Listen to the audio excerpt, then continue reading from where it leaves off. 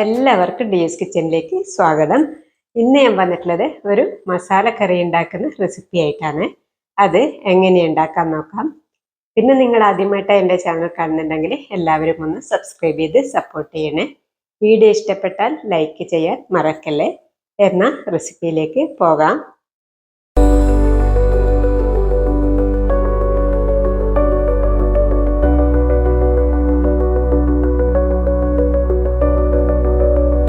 മസാല കറി ഉണ്ടാക്കാൻ വേണ്ടി ഞാൻ ആദ്യം തന്നെ കുറച്ച് തേങ്ങ വറുത്തെടുക്കുന്നുണ്ട്.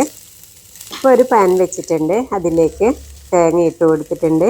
കറിവേപ്പില, വറ്റൽമുളക്, ഒരു ഗ്രാമ്പൂ, 2 ഏലക്കായ, പട്ട, കറുവപ്പട്ടൻ്റെ ഒരു കഷ്ണം ഇലയും കൂടി ഇട്ട് കൊടുക്കുന്നുണ്ട്. അതിനുശേഷം നമ്മളൊന്ന് തേങ്ങയിലുള്ള വെള്ളം ആറ്റിയെടുക്കണം. അതിനുശേഷം കുറച്ച് വെളിച്ചെണ്ണ ഒഴിച്ച് കൊടുത്ത് റോസ്റ്റ് ചെയ്തെടുക്കാം. അപ്പോൾ ഇതാ ഒരു ബ്രൗൺ കളർ ആകുന്നത് വരെ ഇങ്ങനെ വറുത്തെടുക്കണം. അതിനുശേഷം ഒരു 1/2 ടീസ്പൂണോളം കുരുമുളക് പൊടിയാണ് ഇട്ട് കൊടുക്കുന്നത്. ഇതും കൂടി ഇട്ട് കൊടുത്തതിന് ശേഷം ഒന്ന് മാറ്റി വെക്കാം. അതൊന്ന് തണുത്ത് വരട്ടെ. ഇനി ഇതിപ്പിതാ ഒരു പാൻ വെച്ചിട്ടുണ്ട്. അതിലേക്ക് വെളിച്ചെണ്ണയാണ് ഒഴിച്ച് കൊടുത്തിട്ടുള്ളത്. അതിലേക്ക് പച്ചമുളക്, ഇഞ്ചി വെളുത്തുള്ളി ചതച്ചത്, സവാള ഇതെല്ലാം കൂടി ഇട്ട് ഒന്ന് വഴറ്റിയെടുക്കണം. നന്നായി ഇത് വഴന്നു വരണം. പിന്നെ അതിലേക്ക് നമ്മൾ ഒരു ചെറിയ തക്കാളിയാണ് ഇട്ട് കൊടുക്കേണ്ടത്. ഇതെല്ലാം ഇട്ട് കൊടുത്തതിന് ശേഷം ഒന്ന് മൂടി വെച്ച് വഴറ്റിയെടുക്കാം.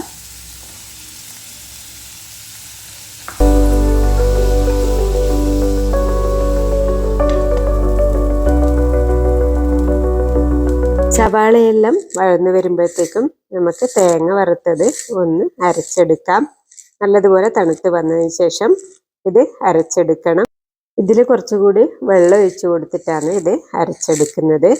പിന്നെ എണ്ണയിൽ മാത്രം റോസ്റ്റ് ചെയ്തിട്ട് എണ്ണ മാത്രം ഉപയോഗിച്ച് അരച്ചെടുത്താലും മതി. ഞാനിപ്പോൾ ഇവിടെ എണ്ണ കുറച്ചെടുത്തത് കൊണ്ടാണ് വെള്ളത്തിൽ അരച്ചെടുക്കുന്നത്. അപ്പോൾ ഇതാ നമ്മൾ തക്കാളി ഉള്ളിയെല്ലാം ഏകദേശം വഴന്ന് വന്നിട്ടുണ്ട്. ഇനി നമുക്കിതിലേക്ക് പൊടികളാണ് ഇട്ട് കൊടുക്കുന്നത്. 1/2 ടീസ്പൂൺ മഞ്ഞൾപ്പൊടിയും 1/2 ടീസ്പൂണോളം മുളക് പൊടിയും കൂടി ഇട്ട് കൊടുക്കുന്നുണ്ട്.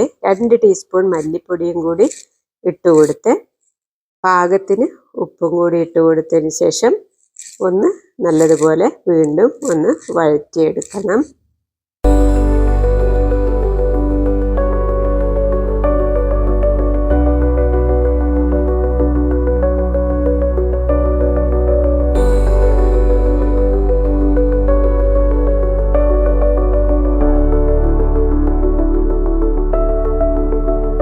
പൊടികളെല്ലാം ഇട്ട് നല്ലതുപോലെ ഒന്ന് വഴന്ന് വന്നിട്ടുണ്ട്. ഇനി അതിലേക്ക് നമ്മൾ വെള്ളത്തിൽ കുതിർത്ത് വേവിച്ചെടുത്ത ഗ്രീൻ പീസാണ് ഇട്ട് കൊടുക്കുന്നത്. ഇനി പിന്നെ ഇതാ വെള്ളത്തിൽ തിളപ്പിച്ചെടുത്ത സോയ ചങ്ക്സാണ് ഇട്ട് കൊടുക്കുന്നത്. നമ്മൾ ഉണ്ടാക്കുന്നത് ഗ്രീൻ പീസും സോയ ചങ്ക്സും കൂടിയുള്ള മസാലക്കറിയാണ്. ഇനി അതിലേക്ക് കുറച്ച് ചൂടുവെള്ളം ഒഴിച്ച് ഒന്ന് എല്ലാം കൂടി ഒന്ന് സെറ്റാക്കി എടുക്കണം. ഒന്ന് മൂടി വെച്ച് സെറ്റാക്കി എടുക്കാം. ഇതൊന്ന് സെറ്റായി വന്നിട്ടുണ്ട്. ഇനി ഇതിലേക്ക് നമ്മൾ തേങ്ങ വറുത്തരച്ചതാണ് ഒഴിച്ചു കൊടുക്കുന്നത്.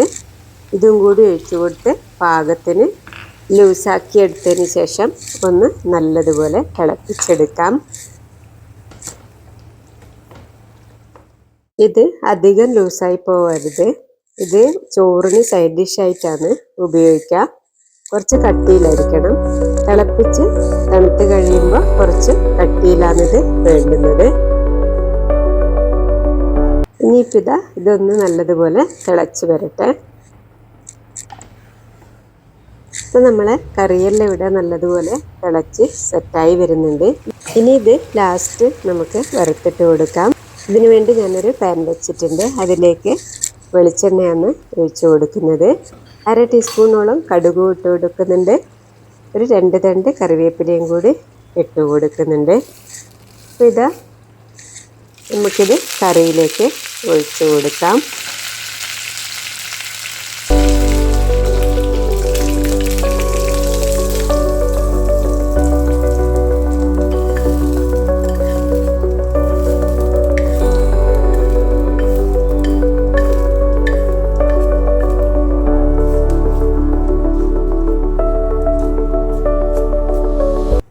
ക്രിസ്പ് ചെയ്ത ഗ്രീൻ പീസും സോയാ ചങ്ക്സും കൂടിയുള്ള മസാല കറി ഇവിടെ റെഡി ആയിട്ടുണ്ട്.